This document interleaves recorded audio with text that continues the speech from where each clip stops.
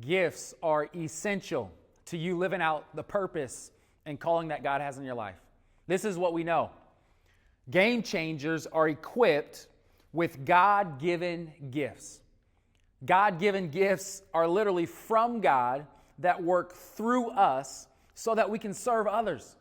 I think about when I was younger, one of the nicknames people had for me was Worker Boy. I liked to work, and I was around guys who did construction and renovated homes, and these guys always wore a tool belt. And in their tool belt, there was a hammer and a tape measure, and there were all these different tools, and I would study the tools they had, and I would watch them, and those that were really good at their craft had the right tools and understand how to use those tools. You have a tool belt. God has equipped you with tools that allow you to contribute and give to the world around you. I love this quote by Don Clifton, the founder of strengths-based psychology. This is so good. This is what he says. You cannot be anything you want to be. Whoa!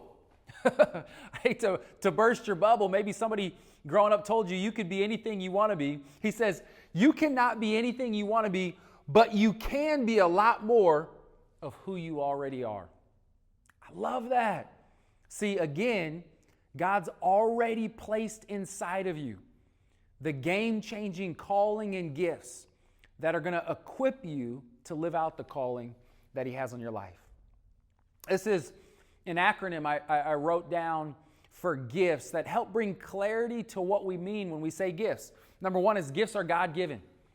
They're not a result of our own work, but God actually equips us with gifts that He wants to give us. Number two, gifts are individual. Gifts are unique to you. And so sometimes in our culture, we look around at gifts that other people have, but we got to recognize, man, we are uniquely made by God for a unique purpose. F, gifts are always for others. The tools we have are for the purpose of the impact we're called to have. T is for transformational. The truth is, when we use our gifts, and this is how we really know it's a gift from God for others, when we use our gifts to serve others, not only do they experience the benefit of it, but we experience the benefit of it. There's a transformational experience that happens. It's not transactional. Can I tell you this? By giving and serving and hopefully helping bring you clarity to your calling, I feel the joy. I feel the excitement. And anytime we're using our gifts, we get to experience that transformation. The S in gifts is their strengths base.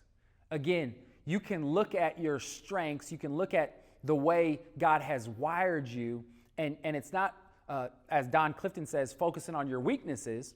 Let's focus on our strengths and get better at those, because that's how we'll really be able to live out our purpose. 1 Corinthians 12:4 through 7 and 11, I'm not going to read it all, but he says, there are different kinds of gifts, but the same Spirit distributes them. For those of us who are followers of Jesus, we recognize that when we say yes to God, we're filled and empowered with God's Spirit. One God, one Spirit. But that Spirit distributes a variety of different gifts. And here in this scripture, it talks about the different types of gifts. To some encouragement, to some leadership, to some this ability to give generously. And so the goal is that we would discover and uncover the gifts that already exist within each one of us. I know you're probably wondering, who is that a picture of? That's a picture of me. And I try to tell people all the time, I had hair back in the day. And this was me in college. I played basketball at Creighton University. What position do you think I played? I was a point guard.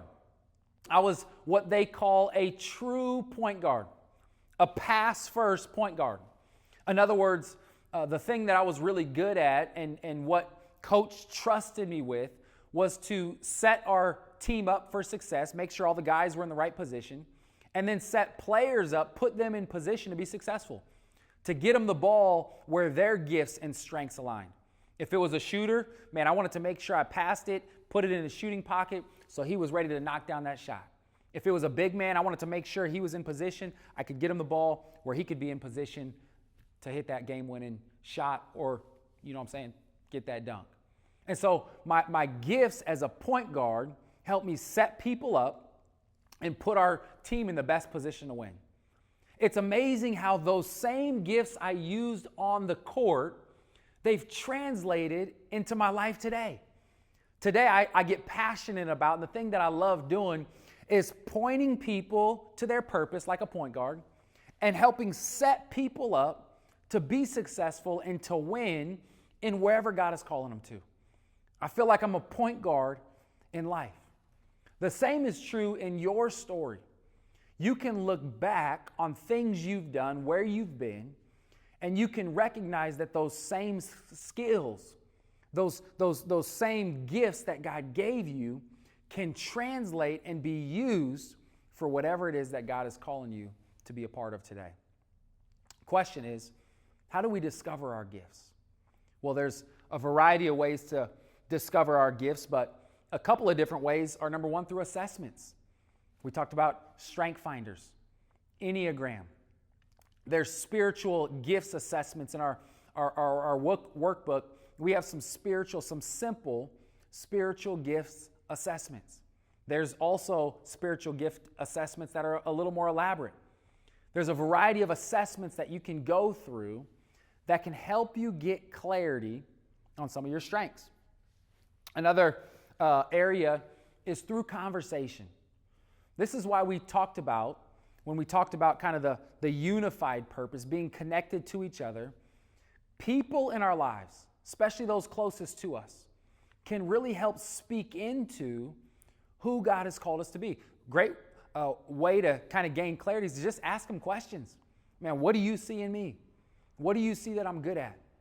What do you see that comes natural that I love spending time doing? Assessments, conversations, and then ultimately questions. We gain clarity by asking questions consistently.